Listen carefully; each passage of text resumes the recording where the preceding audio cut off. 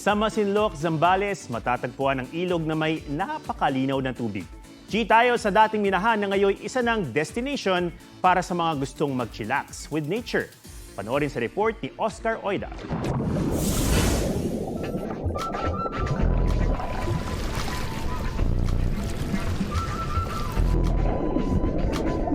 Talagang mapapasisid ka sa crystal clear water.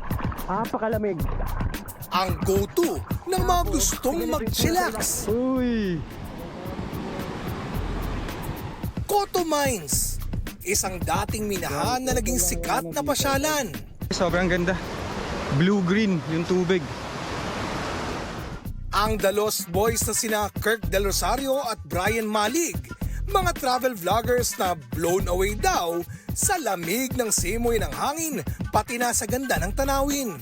Na-cancel yung original plan namin. Sabi ko, bro, meron akong nakita parang post na river, sobrang ganda. Eto na lang puntahan natin. True enough, sobrang ganda din naman talaga ng place. Swak daw ang Coto Mines dahil sa bonding with quality time. You can do yun. Number one siguro, camping. Coto Mines is a place na makaka-disconnect ka. Medyo walang signal, tapos medyo malayo. So you're far from the urban life. May bahagi ng ilang ilog na pwedeng ma-enjoy ng mga bata. Pero dapat may bantay na nakatatanda, lalo't malakas ang agos sa ilog. May ilang recreational activities din sa resort. Bago makarating sa Coto Mines, kailangan munang magparehistro sa munisipyo ng Masinloc, Zambales. Nasa loobang bahagi ito ng Sitio Coto, kaya asahan ang mahabang biyahe papunta roon. Baka hindi rin daw kakayanin ng mga maliliit na sasakyan dahil rough road ang daanan.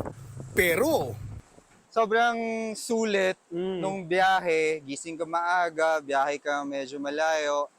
Mare-reward ka ng ganitong Rough road. Sobrang linaw, malamig. Ibang klase, refreshing. Oscar Oida, nagbabalita para sa GMA Integrated News. Mga kapuso, alamin ang State of the Nation. Mag-subscribe sa GMA Integrated News sa YouTube.